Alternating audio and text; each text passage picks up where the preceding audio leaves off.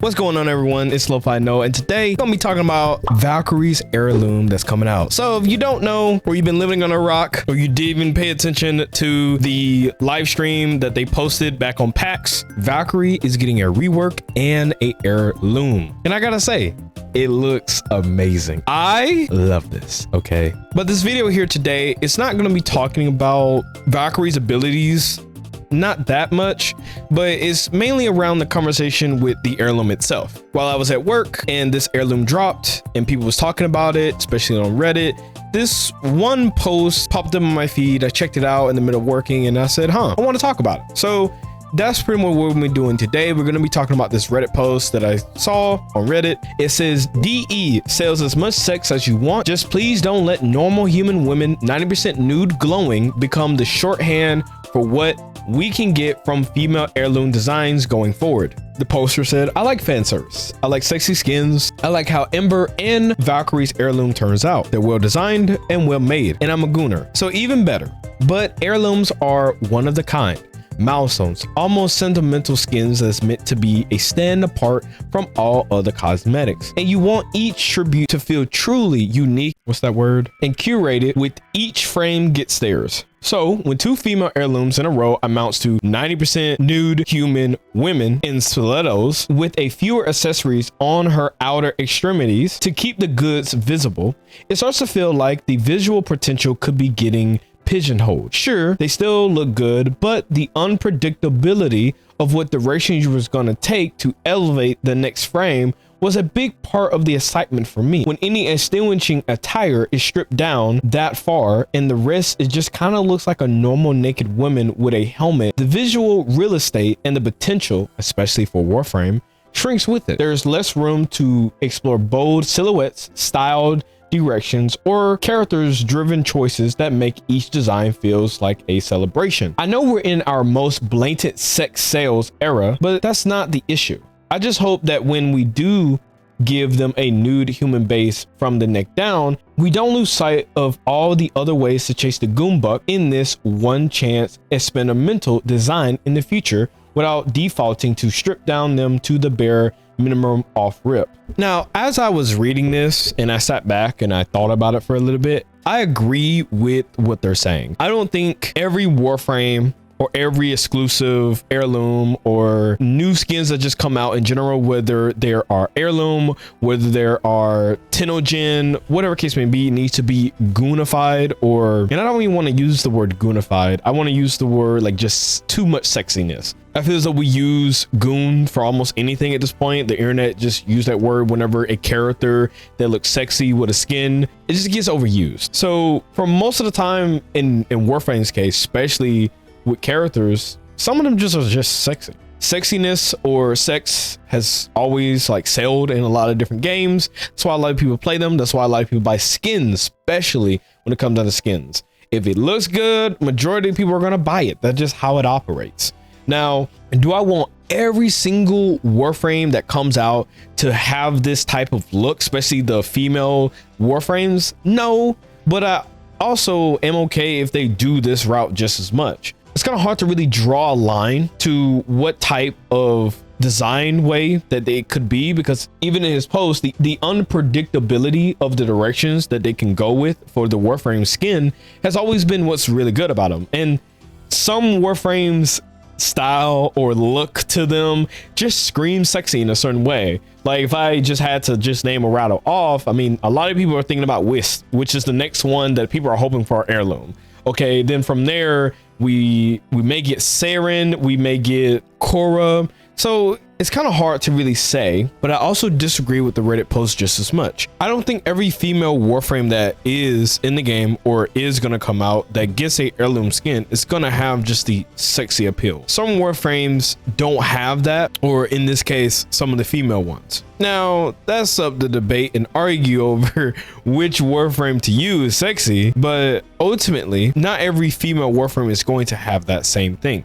It's just that in this case, we have Ember, which arguably, even without her heirloom, she was already goonified. And then now we have Valkyrie, which she literally looks like a stiletto cat, even before the heirloom even dropped. Now, did it jump to the extremes, especially when Ember got hers? Yes. And the same thing is going to be said for Valkyrie just as much, but they looked good even without them. But if I look at some of the other female Warframes like Avari, for instance, or Banshee, or Bertia, they don't really have that sexy appeal as Valkyrie and Ember. And ultimately, with this whole Reddit post, I just don't think it's that big of a deal. And even with me making these statements about other Warframes in this case, some people will probably still argue that Avari looks sexy. Okay, her web feet just does it for somebody.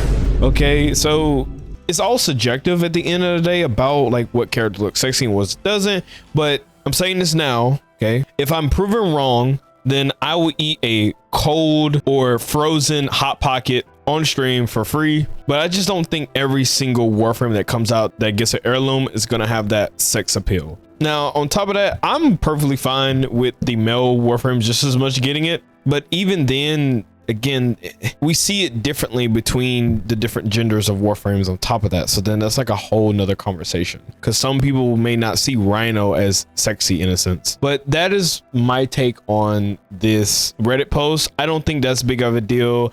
I think we have nothing to really worry about. There's going to be some Warframes that come out that look sexy. There's going to be some that just don't hit it right, but they still have a fantastic heirloom skin. It's just that some of the ones that we have so far are sexy even without it. Now that we're done talking about the heirloom, we can talk about Valkyrie's rework.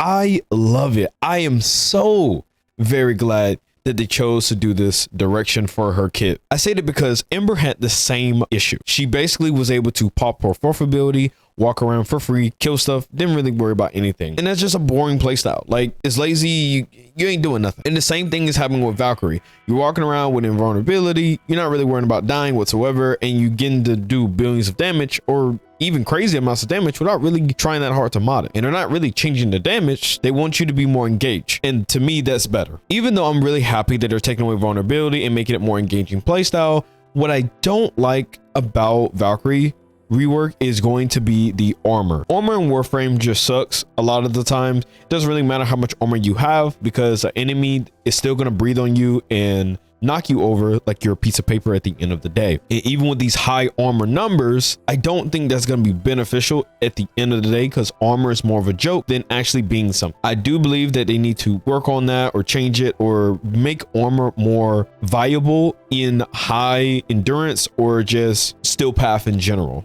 In all honesty, the only characters that get shine for having high amounts of armor is generally characters that have a lot of health, and even then, depending on what you're doing in still path, you get mowed over pretty fast. But how DE counters this issue is pretty much if you're about to die, then your fourth ability meter, because there's a meter that's going to be on the right hand side for you after building up enough, like getting kills and stuff, it will pretty much save you from dying. It also changes to where her 1 is a lot better. She's able to grapple a lot better.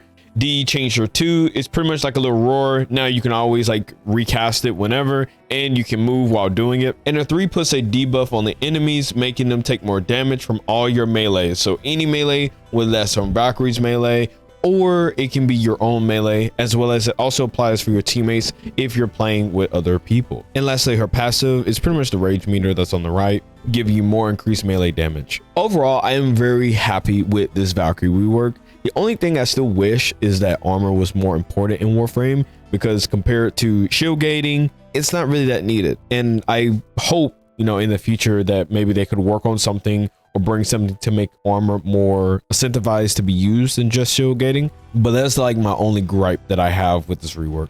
Now, I did see that a lot of people were saying, well, what about Revenant? You know, Revenant has the same issue, and he does. He has this 3 ability where he can sit there in vulnerability, don't have to worry about anything. It puts anything to sleep the moment they hit him or shoot at him. If you find that enjoyable or you think that's like a really good mechanic, then that's you. But for me personally, that's a terrible mechanic. I think that's boring. I think that's lazy, and I think it needs to be changed overall. Yeah, it helps new players as well, but still, it's just lazy at the end of the day. It's not engaging. You get there to sit there for free. And I'm hoping that DE does eventually get over to Revenant, but right now they're working on Valkyrie, and reworking these characters do take a while that they can process how they have to come up with stuff. It just takes a minute. And with that, that pretty much leads me to the end of this video. That's all I really wanted to talk about. I'm going to be playing the update when it drops.